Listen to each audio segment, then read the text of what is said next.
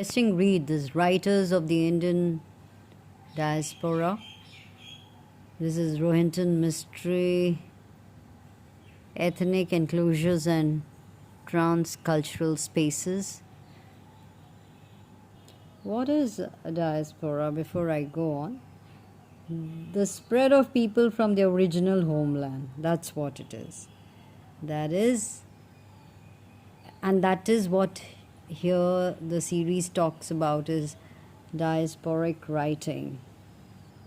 Well, Writers of the Indian Diaspora. It's by Nilufer E. Bharucha.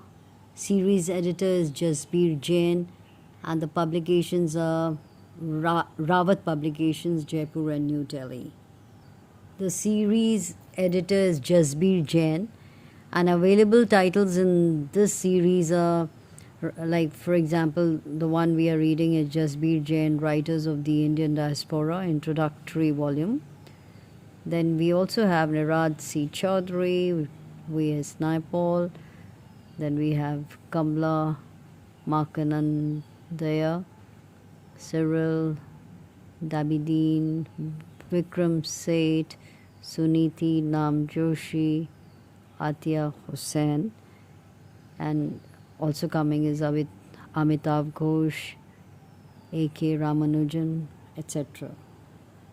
So these are the contents.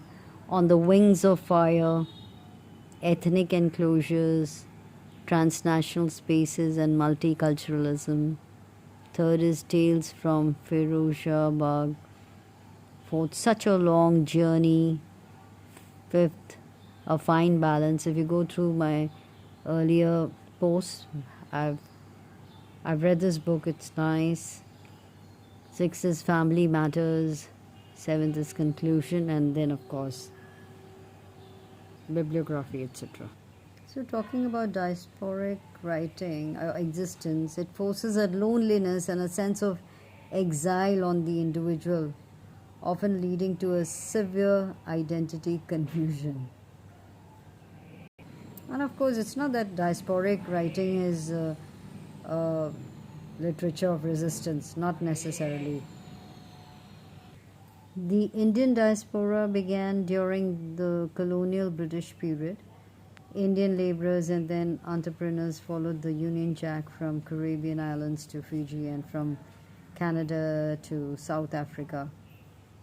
Thus was established Little Indias, now inhabited by the second and third generation persons of Indian origin, termed as Pravasi Bharti by the government, that is non-resident Indians.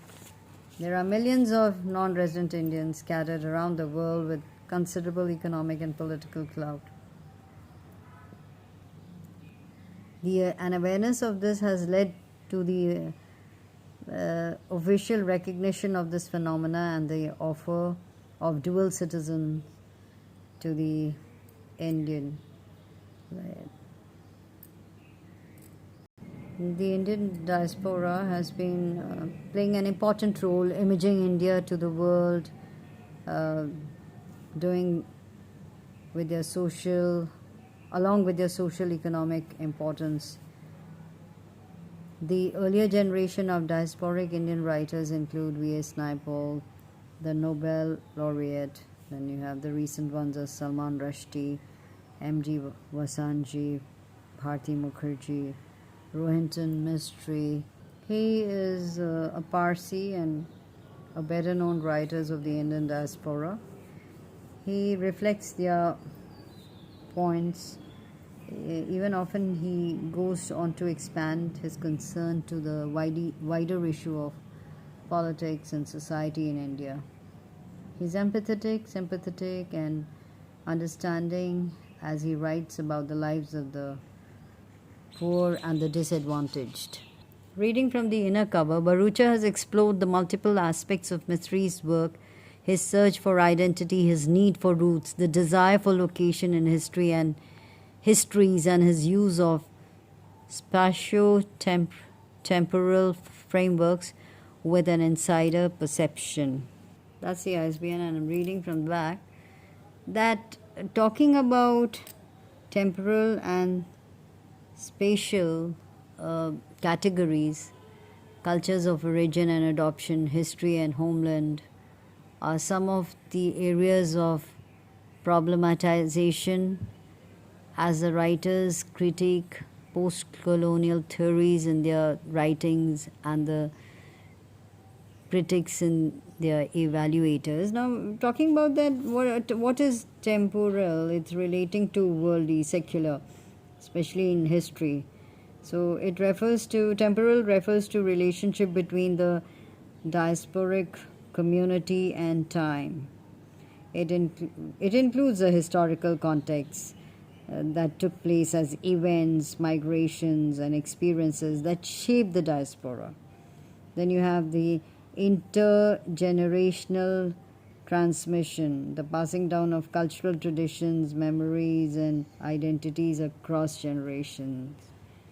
So it's like a temporal dislocation that is from one's homeland, taken away from its history or the cultural heritage. Then if you're talking about spatial, this is the geographical displacement, that is physical movement, that is from home and hearth to a new location. And then you have these problems with transnational connections. How do you adjust? You make a place, create a new space for yourself and communities in the host countries, which can involve, say, negotiations. And not only that, you stick to your culture, the way you bring up your own places of worship or your clubs, just to make sure that you become clannish, where you've been displaced from, the homeland that you've come. So that is like sort of, you want to belong to your own identity in a foreign land, wherever you have the place of the new location. So there is this intersection of temporal and spatial aspects of diaspora, and of course it's very complex, and that is especially about memories and place, memories of the homeland and the experience of the diasporic community are often tied to specific places and landscape. And then you have this cultural transmission, the transmission of cultural traditions and practices across generations, and how you try to keep it alive in the place of in the new place where you settle down, and all of that. It's quite interesting if you go through these series. That's exactly what they have written upon. While I'm reading the book, it's about Rohinton Mistry's writing. Very enjoyable. I mean, and the pathos, the nostalgia, the happiness, the new identity in a foreign land. All of, actually, if you read any of these diasporic writings, most of it reflects just that: the religious, the social, the cultural, and how they've evolved and how they feel that, how much they miss that. And sometimes they're happy, and of course they are very happy with where they are, but the nostalgia is all there, and they cling on to those values that they have, and they are much more, say, Indian than what the real Indians who are staying in their own country are. So I'm going to read from this page 10. It's written that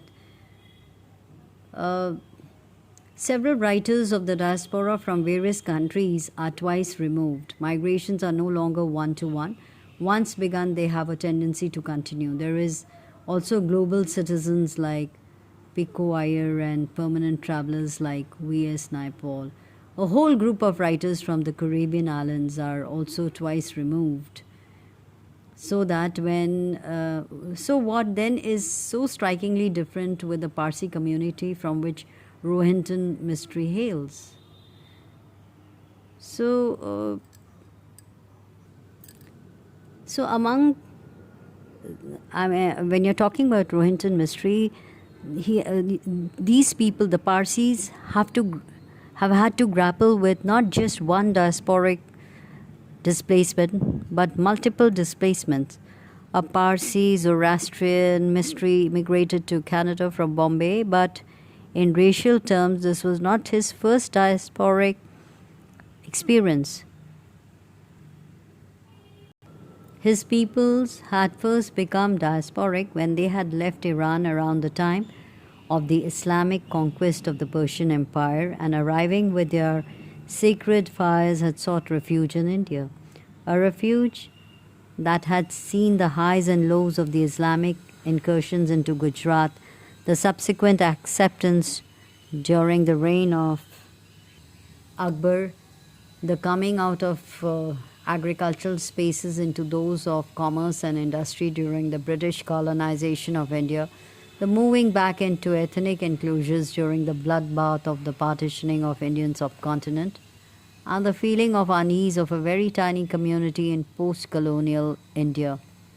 This feeling of unease might be debatable given the Parsi Zoroastrians enjoy a relatively comfortable life in India and have been appointed to the highest posts in the independent India, ranging from judges to elected ministers at the center and states, to governors of states, to attorney generals of India, to the first field marshal of independent India. Yet, the fact remains that not just Parsi, but other minorities also often experience an unease today in the supposedly secular spaces of India.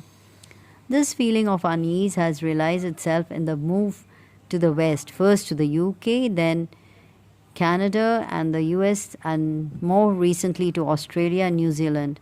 In these new lands, the Parsi Zoroastrians carry with them their ethnic selves, the result of the formation of Zoroastrian associations not just in UK, USA, Canada, Australia, New Zealand, but also in places as unexpected as Moscow, where it is reported there are all of 4 Parsi families. These ethnic enclosures, notwithstanding the Parsis, are an assimilative people who have over the centuries perfected the difficult art of being both global and local at one and the same time, something the rest of the world is beginning to talk about only very recently. In more recent years, the diasporic writers of Indian origins have been joined by diasporic filmmakers and musicians who, like the writers, have their muses tethered, even though, like the writers, tethered to India, and whose audiences are people in the West who find their books, films, and music more accessible than those of writers, filmmakers, and musicians who are based in India. This creates yet another problematic area, as it leads to a resentment among the stay-at-homers and the hurling of barbs at the dispersed selves that range from what do they know about India to they misrepresent India. Distance, temporal and geographical, often leads these works an important insider-outsider perspective on India, a perspective of value within as well as outside India. These aspects of the creative expression of the Indian diaspora have to be negotiated by Indians as their dispersed selves find greater and greater visibility globally and official recognition within India itself. Reading page 20 from page 27, that is On the Wings of Fire, theorizing the Parsi diaspora. I read, the lost fragments are very large indeed of this particular community, as vast quantities of historical manuscripts and scriptural materials were irrevocably lost when Alexander the Great burned the library of Persepolis, the seat of the ancient Persian Empire, in 331 BC. This had happened centuries before the fall of the Persian Empire to the Arabs. The Parsis kept a deliberately low profile from the time of their first landing in Gujarat till the arrival of the European colonists. So they were not completely silent and they did not go completely unnoticed. By the 10th century AD, the Parsi presence had spread all over Gujarat. So this was the visit of the Parsi priest Dastur Meherji Rana to the Mughal emperor Akbar's court, and the subsequent influence of Zoroastrianism on Akbar's religion Deen-e-Ilahi is well documented by historians and travel writers such as Jordanus in 1322. Also well documented are the Rawayats and the collection of letters exchanged by the Iranian and Indian Parsi priest written between 1478 and 1766, etc. Reading from page 31. With the establishment of British colonialism, we find the Parsi voice raised for the first time in documented creative expression, both in Gujarati and English. So this was because in the colonial space, neither Hindu nor Muslim, the Parsi for the first time felt confident enough to write in a creative mode. In On Colonialism, Karl Marx has pointed out the contradictory strains in colonialism. Colonialism enables as well as disables. British colonialism ruined the indigenous economy of India, but it also created wealth, for instance, in the form of the industrial empire constructed by the Parsi industrialist Jamshedji Tata. Socially and culturally, if the British imperialists downplayed or even downgraded Indian society and culture, they also sparked off the internal reform of this society and the renewed flowering of this culture. Here we have the case of the Arya Samaj and the Bengal Renaissance. The Parsi identification with the colonial ruling class has been documented in considerable detail by Parsi as well as non-Parsi historians, sociologists and anthropologists. The latest in this long list of books comes from T.H. Luhrmann, 1996, who, in the introduction of a book on Parsis, asserts that the story of the Parsis is the agony of the long-delayed recognition of the emptiness of the promise that they might one day be Englishmen. That the Parsis were one of the most westernized communities in British India and that they identified to a considerable extent with the colonizers is a fact. However, what needs to be examined are the psychological motives and socio-political realities behind such an identification, etc. So I read a little from 32 page. Even before the arrival of the British, the Parsis had made their mark as middlemen for the Portuguese, the French and the Dutch traders in India. Prior to European colonization, the Parsis had focused on agriculture and petty trade. Under the European imperial order, they moved rapidly into trade, especially shipbuilding, which was so essential to the Europeans who depended on ships to keep the colonial economy alive. And furthermore, the Parsis were not just the only elite group in colonial India that identified with the ruling class, nor were the British the only colonizing culture to have created mirror images of themselves in their colonies.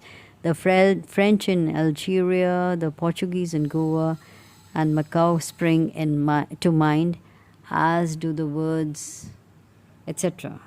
Read the very interesting book and you'll find out things. So, going on to reading from page 33.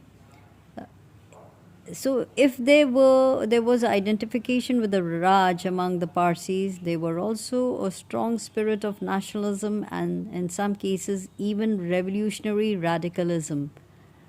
Parsis such as Dadabhai Naroji and Firoz Shah Mehta spearheaded India's nationalist movement. Madam Bhikaji Kama, who is credited with designing and unfurling India's first national flag, was a radical and was exiled by the colonial regime. Further, while a Parsi, Jamshedji Jijabhoy was the first Indian baronet who was also Jamshedji Nusarwanji Tata, who laid the foundations of modern Indian industry and met with opposition from the colonial administration.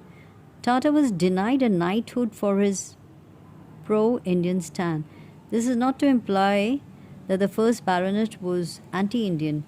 The diverse charities for the benefit of all Indians instituted by Jijaboy range from the JJ Hospital and JJ School of Art and Architecture in Bombay, where Rudyard Kipling was born when his father was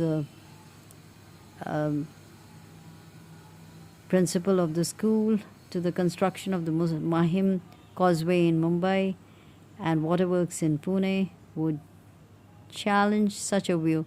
However, the pro-Indian, pro-nationalist attitudes of several Parsis in the colonial period does not negate the fact that by the end of 19th century, well-to-do Parsi families had become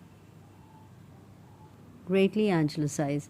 Their homes had become cluttered with heavy carved rosewood and teakwood furniture and Victorian bric-a-brac. Parsi girls from rich families were blessed with English governesses. The Parsi historians D.F.